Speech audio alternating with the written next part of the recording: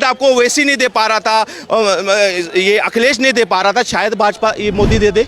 हिंदू समाज के पास अगर सनातन बोर्ड नहीं था तो इनको वक्फ बोर्ड देते हुए ये परहेज नहीं आया। अब इतनी प्रॉपर्टी है, आप रोने लग रहे हो तो तब बोलो आ जाओ बाहर लड़ो। जो पास हुआ अब इसको लेकर कहीं पर नाराजगी देखी जा रही है, कहीं पर प्रदर्शन हो रहा है और कहीं पर जो है मिठाइयाँ बट रही है। देखो, जिनकी मलाई खत्म हो रही है ना, वक्फ की मलाई जो चाट रहे थे, और ये कहते हैं ना कि सिर्फ हमें ही कोसा जाता है कि आप में जातिवाद है, फलाना ढिमकाना है। असल में जब इनके बीच में जब घुसकर देखा गया ना, तो कहते हैं कि सैयद, अशराफ, अल्फाज, पता नहीं क्या कुछ कैटेगरी के से इसमें भी कि लोअर कैटेगरी के, उन तक तो कभी वक्त की रिप्रेजेंटेशन पहुंची ही नहीं।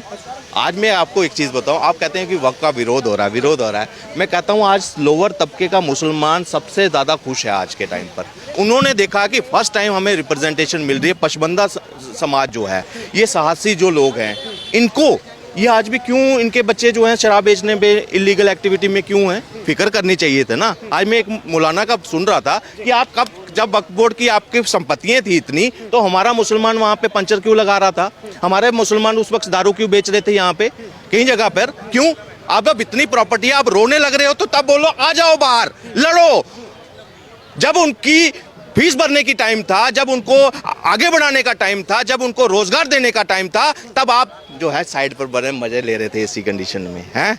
और आज जब उस पे कोई सरकार अमल कर रही है प्रॉपर जेपीसी बनाकर, ये नहीं कि रातों रात कोई अध्यादेश लाया, नहीं, सारी पार्टियों को बीच में रखकर, ओवैसी को रखकर, सुन लीजिए पहले ये देखिए, लोग पता क्या आग लगाने वाले बड़े हैं। हमारे देश जो है, जिस तरह से हम आगे बढ़ रहे हैं, हम देश के जिम्मेदार सिपाही हैं। अगर कोई भाई हमारे में कम ज्ञान रखता है तो उस तक प्रॉपर ज्ञान पहुंच सके। ये नहीं कि एजेंडा के तहत ओवैसी का एजेंडा चले, अखिलेश का एजेंडा चले, लालू का एजेंडा चले। मैं कहता हूं सरकार का भी एजेंडा देख लो एक बार, क्या पता इसके लिए आपको उससे ज्यादा बेनिफिट हो।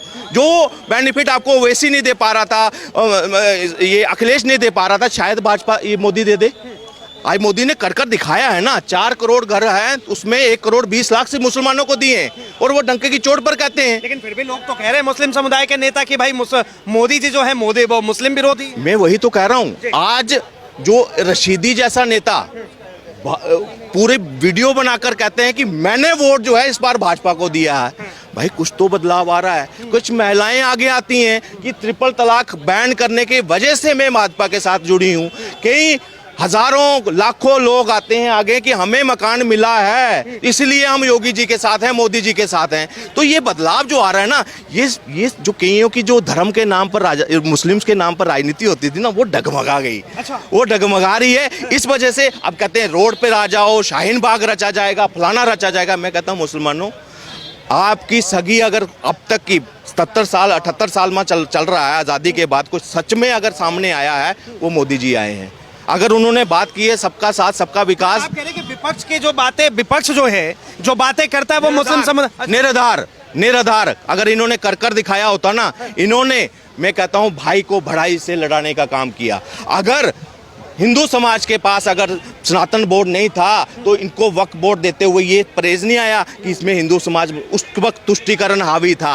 आज जब एक बच्चे को भी लाड पुचकार करो ना, उसको अलग खिलौना दो, तो जब वापस लेने की बात हो, बच्चा भी रोता है, उसको भी छीनने की कोशिश है कि नहीं छीना जाए। मगर जो सही है वो सही है। बाबा साहब ने तो इक्वलिटी दी थी ना सबको, तो फिर एक प्लेट में ज्यादा क्यों? सर एक आखिरी सवाल रहेगा। देखिए, आप कह रहे हैं कि भाई जो मुस्लिम में गरीब तबका है, जो दूसरे कास्ट के लोग हैं, उन लोगों तक ये असली हक नहीं पहुंच रहा। लेकिन दूसरी तरफ मुस्लिम समुदाय के नेता ये कह रहे हैं कि वक्फ हमारा, प्रॉपर्टी हमारी, तो भाई डिसाइड भी हम ही कर लेंगे, आपको क्या जरूरत है दखल अंदाजी? मैं एक थोड़ा सा नजरिया में इस पे डिफर करता हूँ। ये कहते हैं वक्फ हमारा, जगह हमारी। मैं एक चीज बता, जब देश में धर्म के आधार पर बंटवारा हो गया, रातों रात जा रहे थे ना पाकिस्तान, इनको जगह यहाँ किसने दी? इसको रुकवाया किसने? हमारे बुजुर्गों ने। मेरा भी होंगे, आपके बुजुर्ग भी होंगे। अपने घरों पे सुलाया होगा, जो हिंदुओं के खाली होंगे वहाँ बसाया होगा, सब कुछ दिया। इवन संविधान में जो 3 साल बाद बन रहा है, उसमें भी इक्वलिटी दर्जा दिया। किसने विरोध किया उस वक्त? नहीं दिया।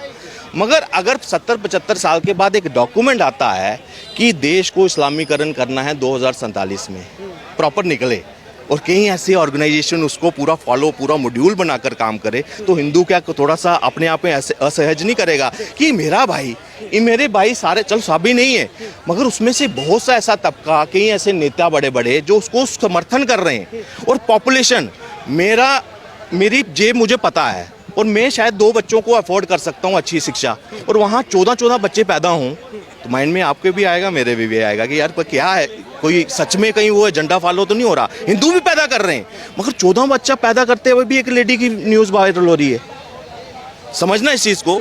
तो ये जब भांप रहे हैं ना, हम कह रहे हैं कि इनकी जगह, फिर हम कहते हैं कि आपकी कैसे जगह, हमारे बुजुर्गों ने आपको किया। एक तरह से आपको ये होना चाहिए कि आपके पर एक एहसान हुआ, एहसान दिया, आपको बराबरी का दर्जा दिया अपने साथ, मगर आप उसका दुरुपयोग करोगे, वो भी अपने नेताओं के कहने पर, विदेशी एजेंडा फॉलो कर कर यहाँ पे देश को टुकड़ा करने की सोचोगे अगर, तो वो बर्दाश्त नहीं किया जाएगा। आज वो कहते हैं कि भाई अगर पहले इनको अतिरिक्त दिया भी गया था, अलग हक दिया, देखो अनकॉन्स्टिट्यूशनल था ये, जो कहूँगा जितनी पावर इसको दी गई थी कि किसी भी ज़मीन पर आप हक रख दोगे, उसको चिल्लाने का भी हक नहीं दिया कि ट्रिब्यूनल कोर्ट जाएगा, वो भी उनका, हाई कोर्ट जाएंगे। अगर जो ये संशोधन हुआ है इससे आप खुश? देखिए ये बड़ा ज़रूरी था आज के टाइम पर कि एक मतभेद जो है ना, गैप बन रहा था हिंदू मुस्लिम का में, इसमें आप बोलोगे कि भाजपा की नहीं, ये पीछे जो बीज बोकर गए थे ना ये कांग्रेस, ये उसकी वजह से गैप बढ़ गया, ये पावर बढ़ गया था। कहाँ 50,000 एकड़ 1950 जो है अब 2 लाख एकड़ हो गई। आज जो है इसकी बराबरी होगी। कल को ये कोई समाज ये नहीं कहेगा कि यार मेरे पास पावर नहीं है, आज वो भी अपनी आवाज़ उठा सकते हैं। और मैं कहता हूँ जो दलित नेता चिल्ला रहे हैं ना बड़े, इसमें जय भीम जय मीम के नाम से, मैं उनको भी एक कहता हूँ 40% केस ऐसे हैं जिसमें वक्फ के केस चल रहे हैं दलितों के। तो आपको तो मैं कहता हूँ शुक्रगुजार होना चाहिए कि एक रिप्रेजेंटेशन आपके लोगों की भी, जिसके साथ कोई अन्याय हुआ है तो उनको रिप्रेजेंटेशन मिली है अपना आवाज़ आगे कोर्ट में पहुंचाने की। तो ये ज़रूरी था, लोग सुनवाई हो सकती है और उनका हक उनको मिल सकता है। बहुत बहुत धन्यवाद तमाम जानकारी के लिए। तो ये आम जनता की बातें हैं, आम जनता की राय। बहरहाल जिस तरीके से वक्फ बोर्ड को लेकर 2 तबका बटा हुआ है, इस चीज़ को लेकर आप क्या सोचते हैं? क्योंकि तमाम ऐसे एमपी हैं जो लगातार इस पर अपनी अपनी राजनीति कर रहे हैं, अपनी अपनी राजनीति को चमका रहे हैं और आम जनता को कहीं ना कहीं इधर से उधर भटका रहे हैं। बहरहाल इसे लेकर आपकी क्या राय है? अपनी राय जरूर बताएं।